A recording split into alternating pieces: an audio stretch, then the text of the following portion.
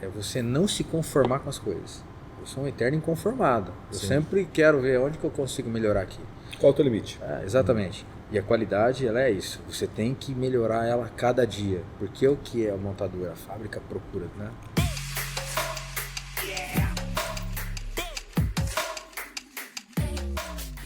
Fala galera, beleza? Chegamos a mais um episódio do podcast Pouco e Pouco, um podcast voltado ao empreendedorismo, mas não pela ótica e pelo glamour depois que tudo deu certo. Aqui a gente conta a história, a trajetória, os perrengues, mas que fizeram uma boa ideia sair do campo das ideias e ir para a prática. Quarto episódio, vocês estão vendo aí esse ambiente lindo, BMW Motors aqui, que é o nosso anfitriã. Isa, beijo, nossa guardiã. Valeu, Isa, né? Obrigado. Quarto episódio. Hoje a gente vai falar com um empresário que tem uma história muito bacana.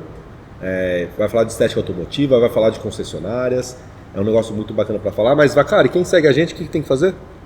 Galera, para você que não sabe, né, como que funciona o algoritmo do YouTube, e a gente sempre entrega um conteúdo muito legal para quem quer empreender, né? A gente tem aqui sempre 40 minutos de papo para quem está aí pensando. Então, como funciona o YouTube? Você precisa curtir, você precisa compartilhar, você precisa comentar. Então, se você tem um amigo aí que quer empreender, quer escutar histórias que sejam interessantes para ele também tomar coragem e poder fazer isso, então comenta aqui, curte, não custa nada, só curtir aqui, compartilha esse vídeo também e se inscreve no canal. Boa.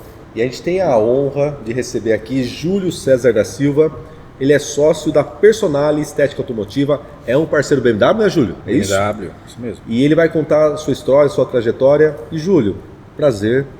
A gente conversou muito digital, né? A gente está tendo a possibilidade de conhecer pessoalmente. Prazer é todo meu. E a gente agradece do convite, né? O Júlio foi muito solícito. Sim, a agenda foi meio complicada essa semana, né? Nem me fala. Correria, já veio de um lançamento ali, já parou aqui, né, Júlio? E o Júlio, ele conseguiu na correria, que é a agenda dele, reservar um espaço para conversar com a gente. E para quem não conhece o Júlio, quem é o Júlio? Cara, o Júlio, filho da dona Neide, cara abençoado, filho de Deus, me considero um vencedor, um cara muito feliz. Boa. Que tive o prazer de conhecer muitas pessoas ao longo da minha trajetória, que Deus colocou, né, no meu caminho, que me fizeram crescer muito, né, nessa trajetória toda. E eu tô aí na caminhada, buscando os meus objetivos. Resumidamente falando é isso. Um cara focado, um cara trabalhador, que sabe o que é da vida. Muito bom. Tem uma coisa que o Júlio falou que é bacana, que eu sempre falo em treinamento. Nada é em vão, se não é bem sua lição. Isso aí. Né? Então, cada pessoa que passa na nossa vida, não importa o que ela deixou, se de repente for uma memória negativa ou positiva, mas é aprendizado, né? É história para contar. Mas, Júlio, a gente sempre pergunta, fala assim, viu, antes de ser um empresário, antes de estar vivendo esse hoje, que é aquela correria, teve um Júlio CLT, teve um Júlio que teve uma história teve um comecinho. Então conta um pouquinho, como que foi a sua trajetória profissional? Cara, assim, eu vou voltar bem lá atrás.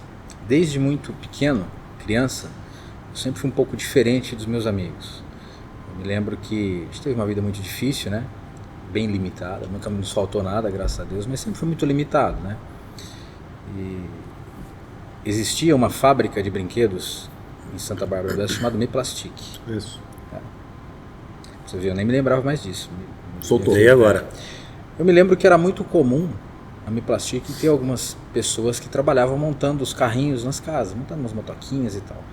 Eu era criança, eu vim da escola e vi aquilo, e eu era encanado em querer trabalhar. Minha mãe brigava comigo, meu pai, e não tinha jeito, cara. Eu ia lá, eu tava lá montando e enchia aquelas sacolas assim de brinquedos e ganhava, sei lá, moedas.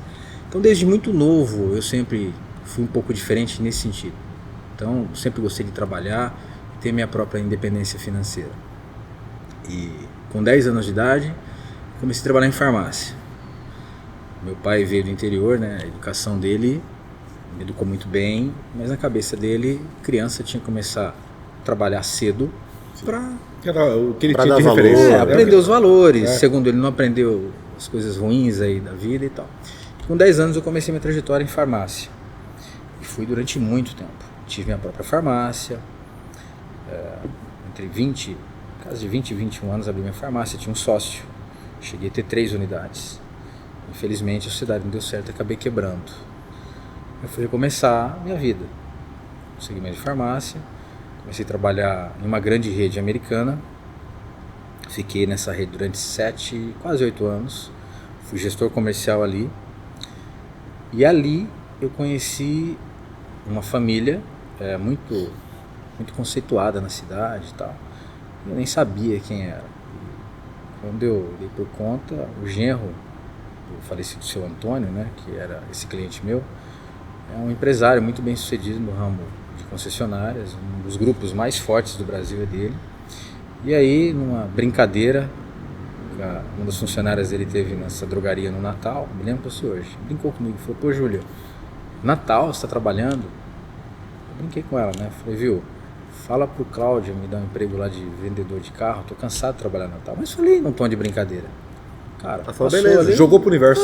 Exato. Então vai. É exatamente isso. Cara, e passou ali aquelas final de ano, festa, Natal, Ano Novo, teve uma transferência, eu fui com uma outra unidade dessa rede.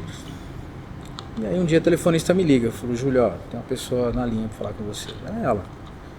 Ela é Geni. Atendi o telefone e tal. Falou, Júlio, Geni, tudo bem? Geni, tudo jóia e tal. Ó, eu falei lá com o Cláudio. Eu nem me lembrava, cara.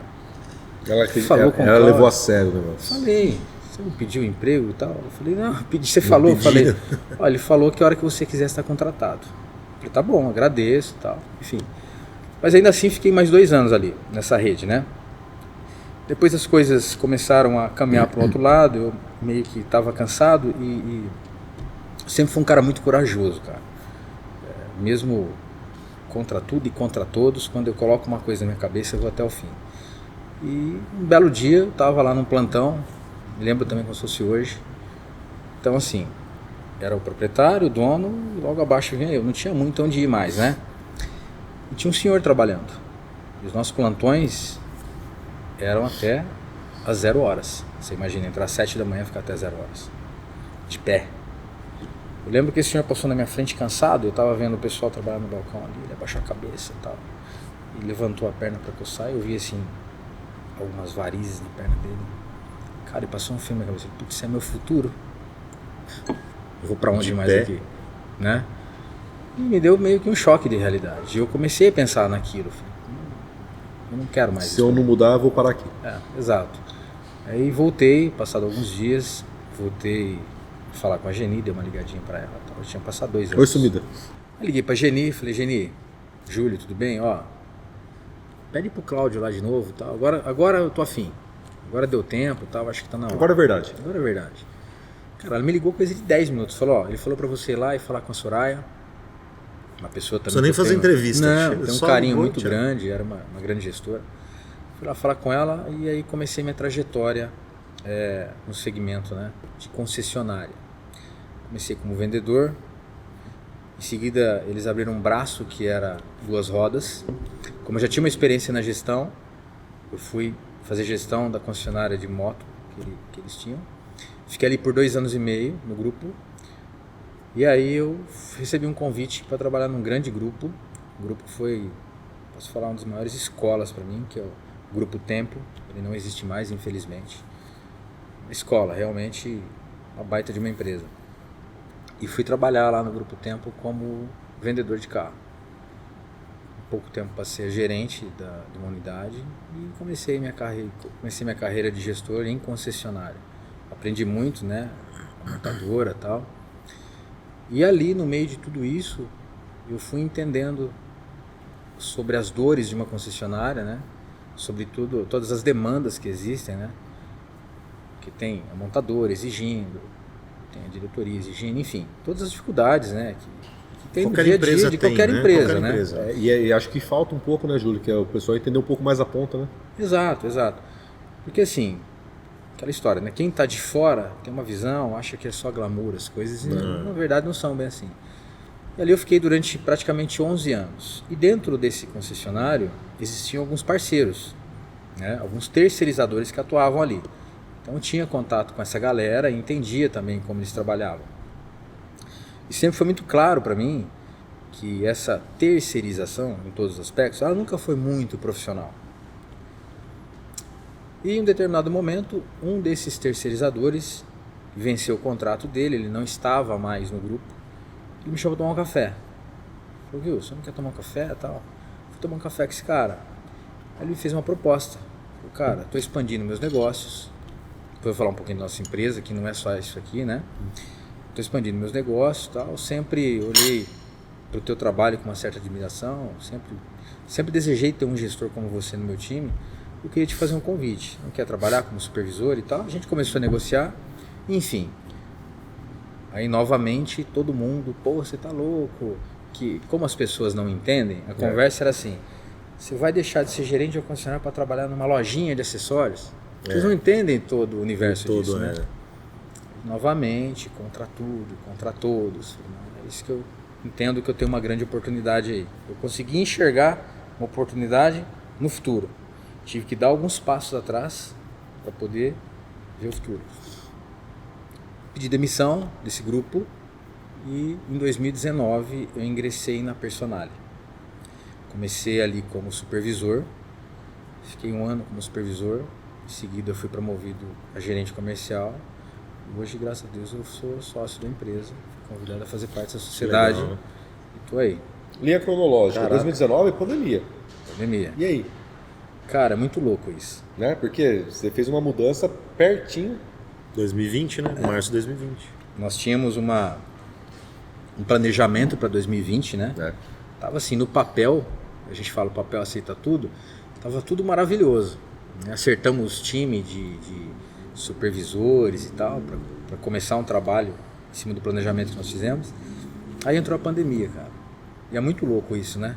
Para todo mundo foi. Sim. Porque, porra, vai quebrar tudo, né? Né? Posso falar para você, a empresa triplicou de tamanho. Que legal. Triplicou de tamanho. Nós crescemos muito na pandemia. Nós tivemos muito aprendizado na pandemia. Isso que eu acho que foi o mais fantástico de tudo. E as coisas vinham acontecendo de lá para cá numa velocidade muito grande. E por que você acha que teve esse aumento na pandemia? Cara, eu vou falar o que eu acho, tá? Pode ser uma viagem minha.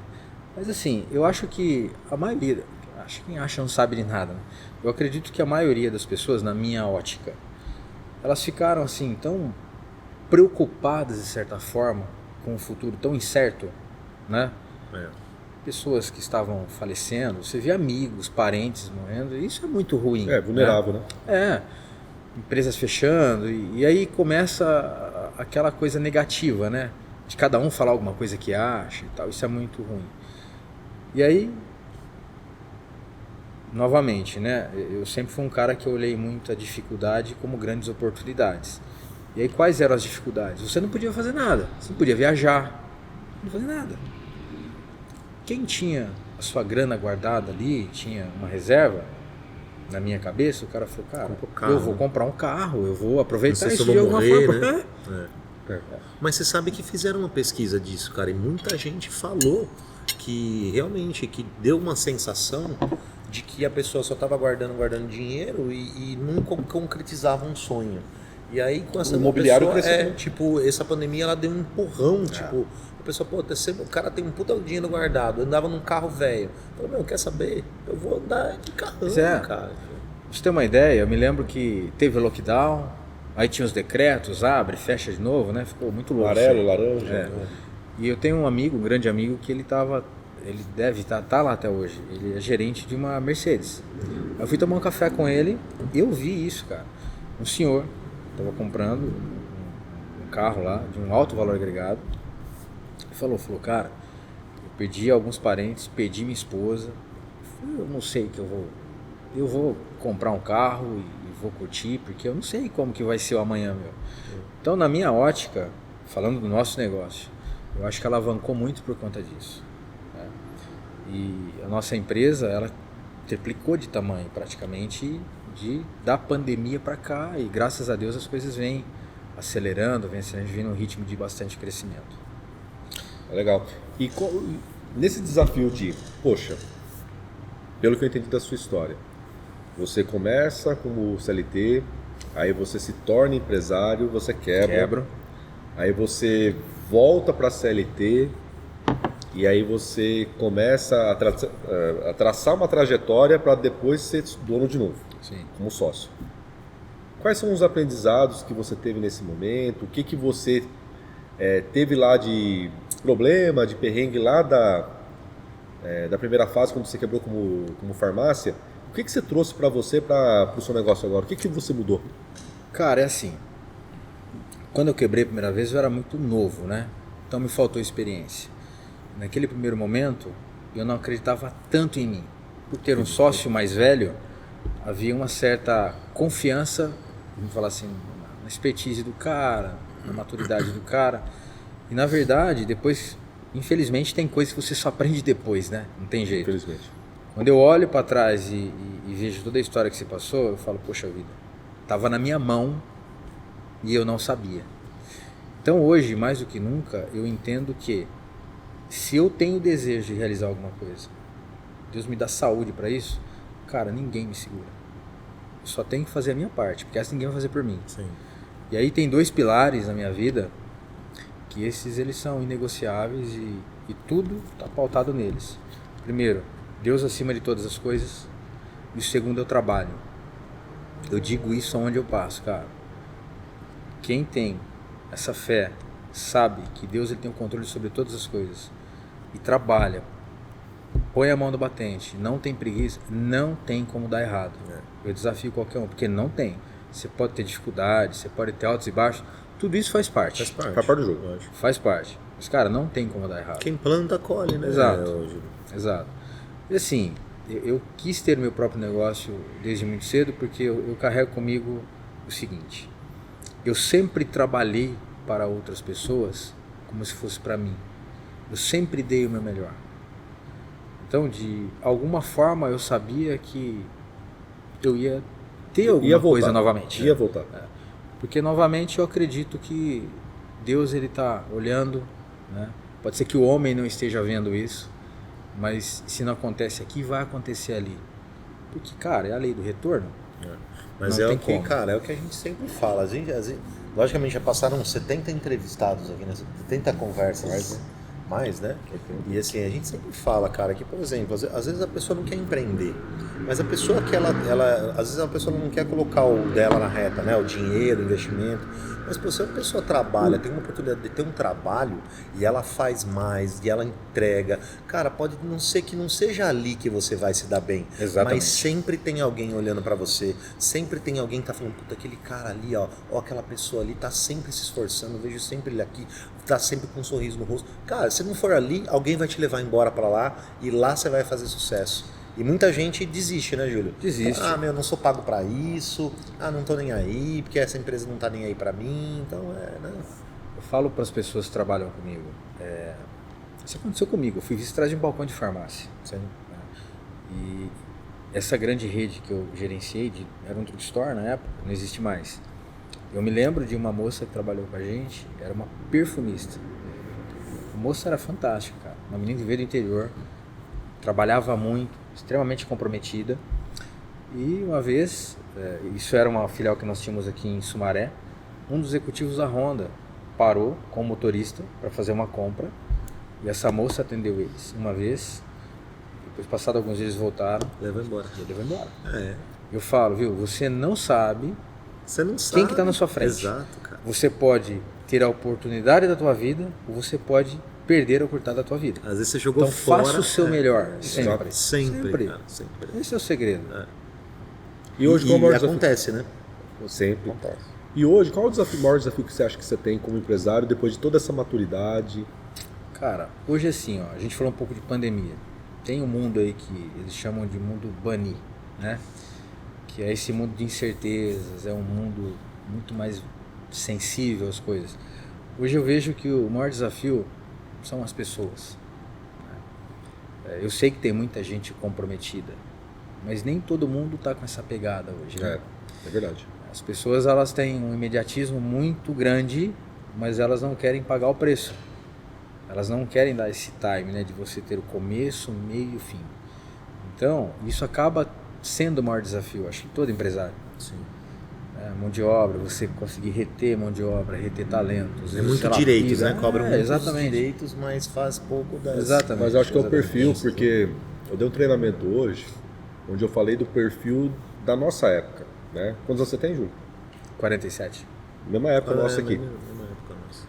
Quando a gente está falando da nossa geração, a nossa geração ela foi meio que forjada, pautada em aguentar tranco, né?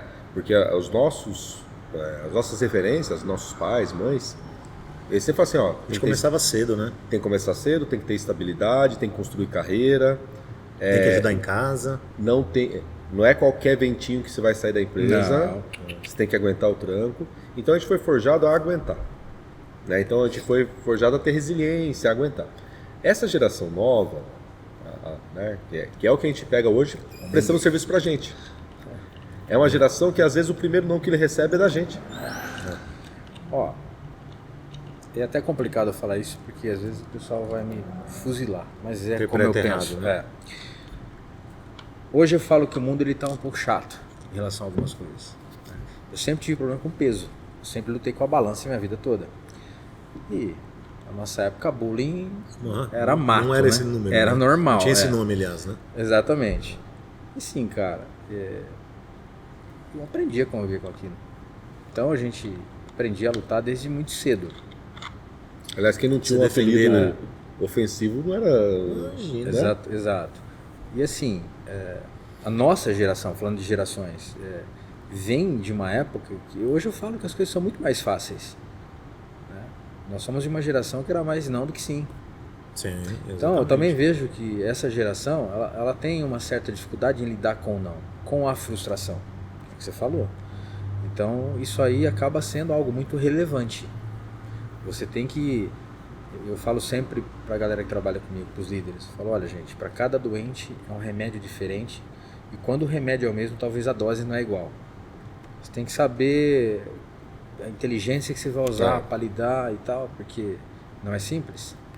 Mas eu acredito, cara, que, por exemplo, né, hoje, antigamente os caras não estavam nem aí por ter propósito de vida, né? Imagina. Você acha que o seu chefe chamava você na sala? Pô, vamos bater um papo aqui. Qual que é o teu propósito, Júlio? Você acha que o seu chefe falou isso pra você? Essa palavra nem era usada. Nem existia, né? Propósito. Então, eu acho que assim, hoje em dia, logicamente, existem estudos. Já imagina quanto tempo passou de quando a gente está falando da minha época, da nossa época aqui, até hoje, quantos estudos que não tem hoje para você entender como motivar uma pessoa, como a pessoa... Porque, cara, eu vejo... Porque tem empresas que funcionam muito bem quando ela instaura uma cultura de marca dentro da empresa que a pessoa busca nadar junto com a empresa, porque ela compra o objetivo da empresa.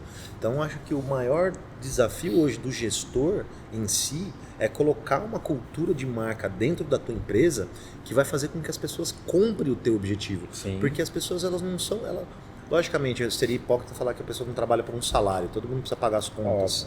Mas é muito mais prazeroso você trabalhar numa empresa onde você acredita no propósito da empresa, acredita no que ela quer, no que ela faz, e você trabalha com muito mais prazer, né? Então acho que o maior objetivo, o maior desafio hoje, acho que do gestor é esse, né? Convencer o cara isso. E Vocês assim, concordam, né? concordo. Sim, sem dúvida. E eu vejo que o jovem, vou pegar um gancho do Júlio aqui, o imediatismo, né? Ele vai te dar um tempo e esse tempo é curto. Ele vai entrar assim, deixa eu ver qual que é. Porque o jovem é imediatista hoje. Tudo ele busca aqui rápido, né? Deixa eu ver o que é. Esse aqui é o grande problema, né? Solução e problema. A solução é o problema. Porque deixa eu ver qual que é. Parece que a proposta é boa, parece que a marca é legal, o cara me convenceu aqui. Mas também se em 6 meses não tiver... Não der certo. Eu vou começar a abrir o olho e vai aparecer uma oportunidade, né? Porque também é um mundo de oportunidades hoje, né? Como que eu encaro assim, falando da empresa novamente, você trabalhar no ambiente de terceirização, ele não é simples. Eu sempre brinco, né? Eu estou jogando dentro de um campo que não é meu. Né? É advogado do diabo. Então assim, existem muitas variáveis no nosso dia a dia. E o dinamismo ele é muito grande, as coisas acontecem o tempo todo. Né? Fazer gestão não é simples. Você imagina a gestão à distância, você não consegue ter 55 supervisores. Eu não tenho um em cada loja. Então eu tenho um supervisor para um determinado grupo de lojas. Esse cara, ele roda. Ô, Júlio, só para entender direito, o que a tua empresa hoje faz nessa parceria com as... Você é um parceiro BMW aqui? Sim. É autorizado, Sim. Homologado? Homologado. Como é que funciona? Assim, explica deixa eu falar um pouco da empresa como um todo. como um todo. O grupo se chama Grupo JR8. Né? O Grupo JR8 hoje ele é composto por 7 empresas. Entre elas a Personale, a qual eu sou sócio e sou responsável por toda a operação. Então hoje, aqui, falando da BMW, por exemplo, como nós atendemos eles? nós somos os prestadores de serviço. Uhum. Então, quando você compra um BMW, existem alguns itens de estética automotiva que a minha empresa vende. Uhum. Né? A gente importa e vende. Temos uma marca chamada R8. Uhum. Então, PPF, película, Cristalização. os produtos, os insumos que são usados para esse tipo de serviço, nós importamos. Uhum. A nossa empresa, o foco dela não é só estética. Uhum. A gente também trabalha com acessórios. É legal. Então a nossa importadora, a marca R8, vende o Brasil todo. Você vai encontrar produtos JR8 no Brasil inteiro. Multimídia, LED, iluminação, a gente tem, Caramba, cara, completo. uma gama gigante. Sensor, o que você pensar, a gente importa e vende. Na BMW, eu atendo eles vendendo serviços de estética para moto, para carro. O setor de lavagem, o serviço é nosso, né? Somos nós quem atendemos aí pós-venda. Então, resumidamente falando, é isso. Qual que é o serviço dentro da concessionária? 55 concessionárias. Que legal. Venda e instalação de acessórios e venda de serviço. Que tipo de serviço? Desde uma lavagem simples até a instalação de PTF no carro, película. Eu quero blindagem trocar a roda, a gente troca a roda. Blindagem não. Ainda não. Ainda não. Então, esse é o nicho nosso, né? Uhum. Então, não é simples. Aí você tem uma empresa feita de processos, você tem que colocar os processos para rodar. Mas não dependem só de mim, como eu disse. Tem uma cadeia ali que envolve todo esse dia a dia. E muitas vezes é um pouco desgastante. Sim. Aí eu volto naquilo que eu estava dizendo, né? Eu sempre olhei a dificuldade como uma grande oportunidade. Ela está escondida ali, né? Mas tem gente que não tem essa visão. Então eu entendo também que um pouco essa geração eles não conseguem isso. Não tem o que você falou, essa resiliência para entender que isso faz parte do processo. Exato. Né? Você não consegue estar só navegando por mares tranquilos. E aí também os que têm esse diferencial acabam saindo na frente. Né? A nossa empresa ela olha muito para dentro. Eu tenho muito essa cultura porque eu cheguei onde eu cheguei porque alguém me deu oportunidade. Então se eu tenho que promover alguém, antes de eu buscar lá fora, eu olho dentro da empresa. Para quem que eu posso promover para essa função? Eu já promovi algumas pessoas e quero continuar fazendo isso. Mas eu costumo dizer para todo mundo, depende mais deles do que de mim. As oportunidades estão aí para todos. Sim. Mas a pessoa tem que querer também.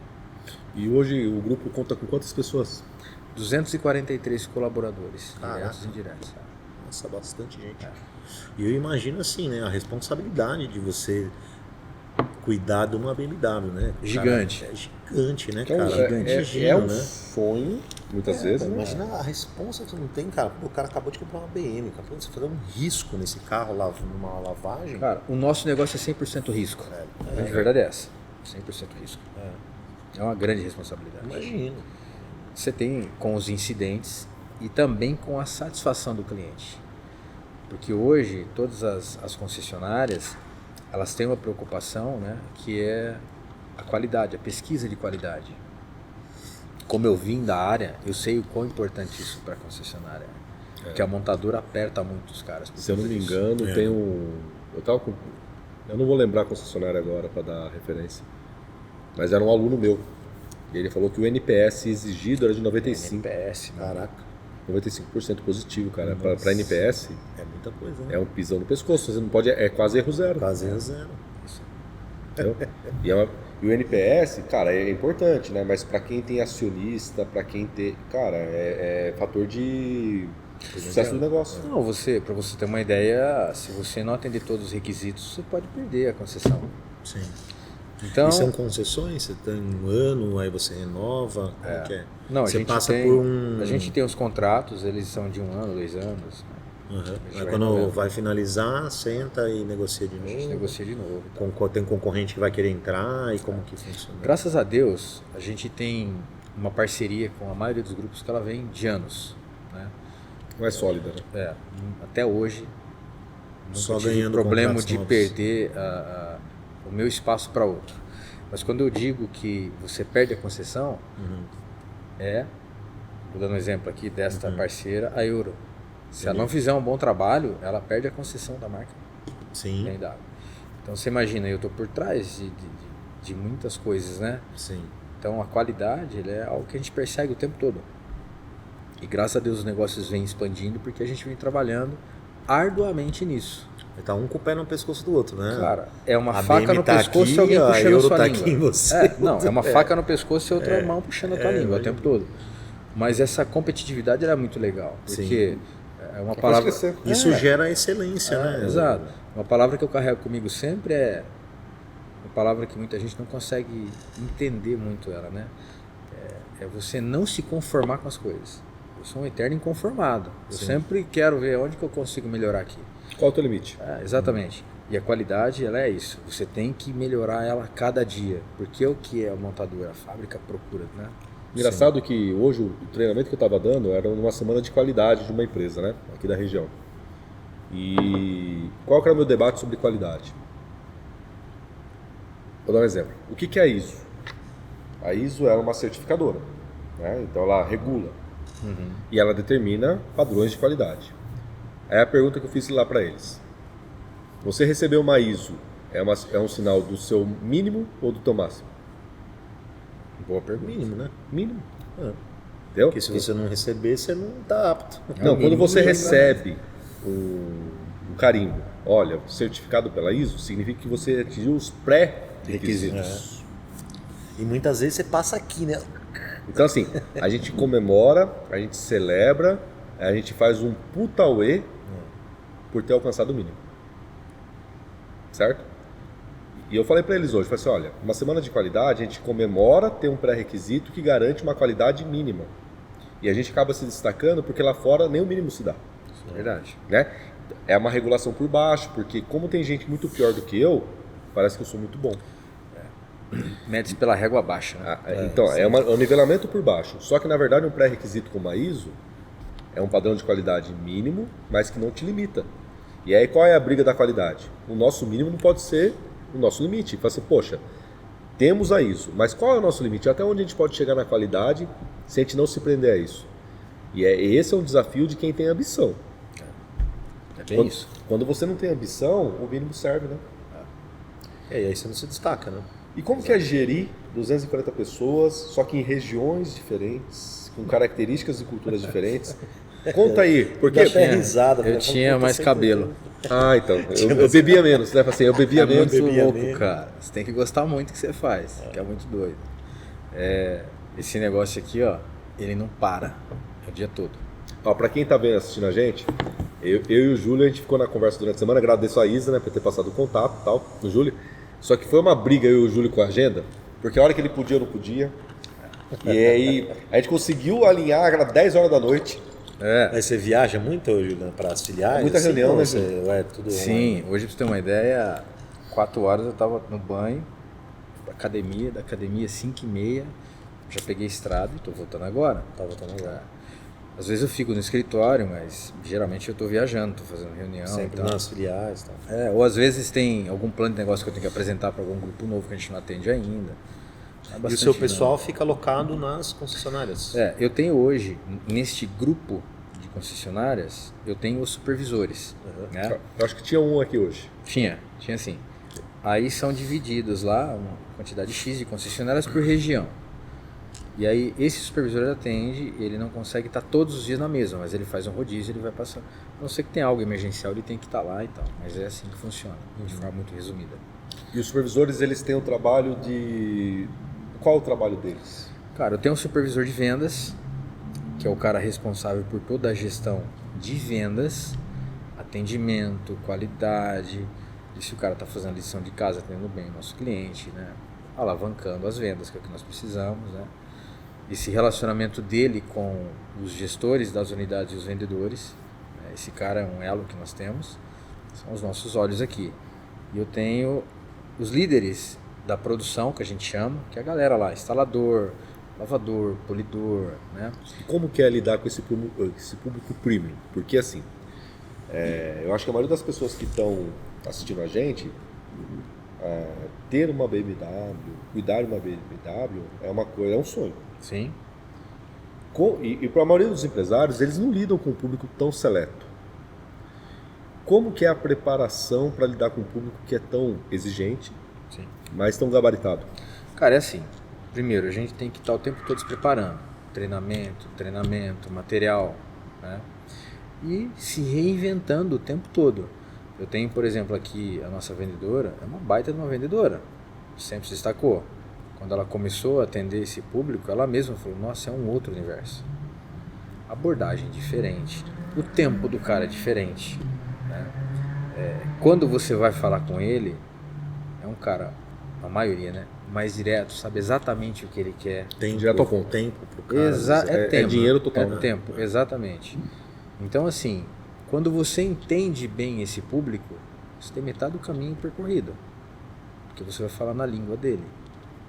É bem diferente. Mas do é cara. difícil você, por exemplo, treinar às vezes uma pessoa que não é do mesmo nicho, né? No mesmo nicho, mas do mesmo público, né? É. Tá falando um público da classe A. De repente essa pessoa é classe C, vamos pensar. Bem né? diferente. Porque como que você muda a O mente mindset. dessa pessoa, lidar com essas pessoas? Porque muitas vezes, eu tenho a Ju, a minha irmã, muito tempo atrás, ela falou que ela teve uma lição de uma supervisora dela, que ela vendia a GVT. Lembra que tinha a GVT? Ela ligava para as pessoas e o público era um público alto. E aí ela ficava falando, tipo, aí não, mas é porque isso é mais caro, porque... Aí a supervisora dela falou, viu, você está pensando com a tua cabeça, você está vendendo para um público que tem dinheiro. Por que você está se preocupando com o bolso desse cliente? Tá medindo com o bolso seu, Você né? está medindo com o bolso seu. Então, como que você prepara uma pessoa, tipo, para lidar com um público gabaritado que, para ele, escassez não existe. Exatamente. Né? Ele tem, logicamente, ele tem abundância no que... Ele não vê preço, vê valor. Ele não vê preço, ele vê valor. Se o cara quer comprar 2 BMW, uma dessa daqui pro filho dele, pra mulher, o cara compra. Tá tudo certo. Eu digo sempre que, dentre todas as demandas e as tarefas de um gestor hoje, o pulo do gato era entender de gente. Gente de gestão. Exatamente. Então a gente já teve por experiência, né, vendedores que estavam na concessionária classe C e não tinham bom desempenho. Mas aí você conseguia ver o perfil da pessoa e subia. E aí o desempenho mudava. Então essa leitura tem que ser E muito vice-versa, rápida. né? E vice-versa.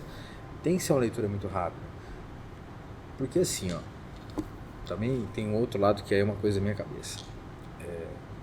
A ambição do vendedor. Fato.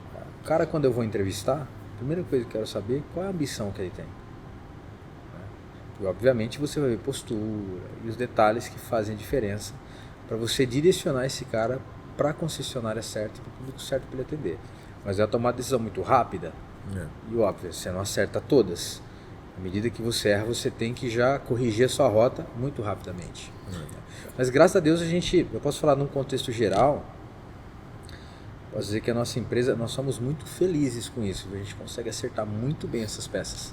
E o engraçado assim, eu tenho uma experiência boa com imóveis de alto padrão também, né? Então também é um nicho diferente. E a gente percebe que a gente atrai o público querendo trabalhar com isso, que está pensando no rendimento. Poxa, a possibilidade é gigante, porque se eu conseguir vender um imóvel de alto padrão, uma comissão que o cara uma comissão me livra um ano inteiro praticamente. inteiro. E a pessoa vem atraída por essa isca, que é a possibilidade de fazer um rendimento, né? Só que a pessoa não tem essa preparação, às vezes não é vendedor, entendeu? A gente atrai, por exemplo, pensando em imóvel, a gente atrai pessoas que vêm da advocacia, engenharia, que vem atraída pelo dinheiro. Fala assim, poxa, é a chance da minha vida. Só que daí falta competência técnica. Sim. Né? E aí acho que é um olhar, o teu olhar, de falar assim, tem ambição, ok, mas como que está a preparação, o que a pessoa tem de base? É mais ou menos Exatamente. isso, né? Porque assim, ó, eu pego muito no pé do pessoal por questão da preparação. Eu sou um cara que eu vivo me preparando. Eu estou fazendo treinamento, estou fazendo curso e tal. A minha agenda essa semana ficou enrolada porque a semana passada eu fiquei do feriado dia 2 até o domingo em treinamento. Então acabou acumulando os meus compromissos. Então o cara que está numa concessionária como essa, por exemplo, a gente está olhando para ele. O que esse cara está fazendo para se preparar? A ambição ela é extremamente importante. O cara sabe que ele quer cada vez mais, mas ele precisa se preparar em todos os sentidos. Emocionalmente. Exatamente, porque senão não anda. O negócio não anda. E assim, o emocional é É o básico, É o né? básico. É o pilar de tudo. É, porque se o cara não tiver uma inteligência emocional, que eu falo, bom vendedor, de qualquer segmento, ele é o cara que tá preparado pro não. Não para ele é normal. Então, escuta o não E e muita gente se ele abala, continua. né? Se abala psicologicamente. Eu falo que o não Você é toma etapa. um não, Exato. Não é etapa, faz exatamente, parte. faz parte. Quantos nãos para ter um sim, a gente já sabe disso, né? É a batida da frase, mas é Prospecção, verdade. né? Lógico. É. Mas o cara tem que se preparar. Nós temos essa preocupação. É que acho que uma das piores coisas para o ser humano é a rejeição, né? E é ruim ser rejeitado. Né? Pô, meu, eu lembro muito quando eu era moleque, quando eu tinha acabado de entrar na faculdade, eu fui fazer um trabalho de promoter de mercado e, eu tinha que pagar minha faculdade, não tinha grana. Aí o cara falou, mas tem que raspar o cabelo. Eu falei, pô, eu não tinha cabelo já, né? Só que eu não sei se vocês lembram, tinha uma propaganda da Gillette que o cara fazia, ele fazia barba, e ele gostava tanto de fazer a barba que ele pegava o cabelo e raspava também. E aí a Gillette fez essa propaganda e eles colocaram vários promoters dos mercados. E eu fiz isso, eu andava com a camiseta da Gillette, ficava fazendo... Até hoje, né? Cara, até hoje eu costumei. E aí, cara, eu tinha que ir atrás das pessoas e oferecer. Tinha gente que falava, não quero. Ah, não quero essas coisas. Cara, é ruim, mas você isso que eu não tava nem vendendo, eu só tava mostrando a Mas sabe o que é apresentação. legal? Não sei se você lembra o episódio que a gente fez com a Ariane, Qual? a psicóloga. Ah, tá. A Ariane, última. beijo pra você. Beijo pra ela. O que ela falou? É engraçado porque essa rejeição, esse medo do não, às vezes ele vem da infância. Sim. O que ela contou pra gente? Que parece que não, mas a mãe dela causou pra ela um grande problema psicológico que ela teve que superar. Porque a mãe dela, por proteção, ela ia querer lavar a louça para ajudar. Não, você não é capaz disso. Aí ela queria ajudar para outra coisa. Não, você não é capaz. E a mãe dela sempre, para afastar a possibilidade dela quebrar, machucar, não sei o quê, ia falando para ela, ó, não faça porque você não sabe fazer, porque você não é capaz. Só que isso enraiza. Sim. São Seu bloqueios, subconsciente, né? Isso enraiza. E quando você Subconsciente. fala isso com uma criança de 5, 7, 3 anos, ela está em formação. Ela pega aquilo como uma verdade. Absorve aquilo. Né? E aí ela A primeira começou formação. a adolescência, a fase adulta, achando que ela não sabia fazer nada, que ela não deveria arriscar, porque estava Ela dentro não era dela capaz. que ela não era capaz. Ela só conseguiu passar por isso quando ela passou por terapia, quando ela tratou isso e foi direto ao ponto. Então, às vezes uma pessoa chega para vendas, lógico, poxa, eu acho que eu consigo vender uma BMW. Só que quando eu vou para a lida, eu começo a escutar um não, eu começo a ver que não é tão fácil, vou lá embaixo. Ó, eu posso falar como vendedor, porque como eu disse, eu comecei com 9 anos, 10 anos de idade. Sempre fui um bom vendedor, sempre fui muito competitivo. E o grande lance é você estudar. Capacitar, Querer ganhar, capacitar, né? mas querer estudar. Entender. Eu sempre faço a pergunta pro vendedor, eu falo, você teve um não? Não vendeu? Não. Por que você não vendeu? Não sabe. Quando vende eu pergunto, por que você vendeu? Lógico. Você tem que saber, né? Você tem que saber. Só falando de preparo, tal, a gente tem uma plataforma de treinamento. Legal. A gente tenta fornecer todas as Tem uma ferramentas. educação corporativa ali. Aí é interessante, né? Que aí você vê os resultados de cada um. Então, às vezes você põe a plataforma para rodar lá, acaba o treinamento e a gente conectado ainda. Cara, eu vivo isso Nem todo tava dia. lá. Nem tava lá. Aí que é resultado, não vai ter, né, meu amigo? Não tem jeito. Só largou lá o... Mas eu sempre digo que, felizmente ou infelizmente, todo mundo é número, não tem jeito. Você tem que perseguir alguma coisa e saber Nós o que você somos quer. os nossos indicadores. Exatamente. Tem uns que se destacam, né? Esses são os indicadores. né? Exatamente. Júlio, não parece, mas faz 45 minutos que a gente tá batendo papo. Tá rápido, hein? Passa rápido pra caramba. Indo mais para essa reta final, me conta aí como que tá os projetos da Personalia, o que vocês têm programado aí de novidades? O grupo, de uma forma geral, está num crescimento bem grande, tem bastante novidade aí no próximo ano. A gente está expandindo até o grupo, né, de forma internacional, começar a atender a América do bacana. Sul, isso é muito legal. Tem muita coisa para acontecer. Falando de Personalia, a gente tem aí algumas propostas com alguns grupos, que agora no começo de 2024 já deve estar vingando também. Então existe aí uma expectativa de crescimento de pelo menos 30% para 2024. Legal, que bacana. Se Deus quiser, trabalhando para isso. 30% é bastante, hein, velho? Nosso objetivo é ser, no primeiro lugar, os maiores da região sudeste. A gente está trabalhando para isso. E depois que a gente conseguir isso, a gente vai estender um pouco mais. Que bacana. Esse é o grande objetivo Júlio, nosso. a gente sempre pede para o amigo empresário que vem aqui, que vem contar a sua experiência, a sua bagagem. Tem muita gente que assiste a gente e está se inspirando. A gente parece que não, mas a nossa história inspira, né? Sim. E a pessoa está pensando, poxa, eu também comecei como CLT, eu já tentei investir, virar empreendedor, já quebrei. Ou tô trabalhando numa farmácia nesse momento. Mas cara, porque você nunca sabe. 12 horas de pé. Você Ou no outro serve de segmento. inspiração para outras pessoas que às vezes podem assistir esse A vídeo. história da Varizes acho que vai pegar, porque ela fala assim, puta, é verdade. Isso é meu fim. Será que o meu fim também não é esse? Então, para essa pessoa que está assistindo a gente, que de repente pode estar se inspirando na gente, por que você aconselha uma pessoa a empreender? Cara, eu digo o seguinte, não existe impossível. É você que coloca o limite aí dos seus sonhos, né? E se você quer de verdade, você tem que trabalhar, se dedicar, não medir esforços, acreditar, ter a certeza que vai encontrar muita barreira, vai tomar muita pedrada. Tudo isso faz parte do processo. Mas como eu disse, Deus em primeiro lugar e o trabalho, com certeza vai chegar lá. E entender que as dificuldades, todas elas, trazem junto com elas as grandes oportunidades. Exato. É isso. Show de bola. E aí é fato, né? Atrás de uma grande ameaça tem uma oportunidade escondida. Júlio, cara, a gente ficaria aqui, a gente fecharia a BMW rápido, né? hoje aqui, acho que a Isa vai mandar a gente A embora. Isa já, coitada dela. Gente, né? nos Eu tô bastidores, com dó a da Isa já tá Isa quase hoje. dormindo aqui, olhando pra gente. Assim, gente, vocês não vão parar de gravar, não? Desde cedo, que eu já vi ela. Cara, né? são né? 11 horas da noite agora, Gente, coitada pra quem da não Isa, desde sabe, manhã, vocês estão vendo o episódio gravado, mas aqui é quase 11 horas da noite, numa quinta-feira. que a gente começou às 5h30, 6h30 da tarde, o primeiro episódio. A gente gravou alguns episódios hoje, mas passou tudo muito rápido, porque é gostoso, né? É muito gostoso a gente falar sobre a gente e servir de inspiração.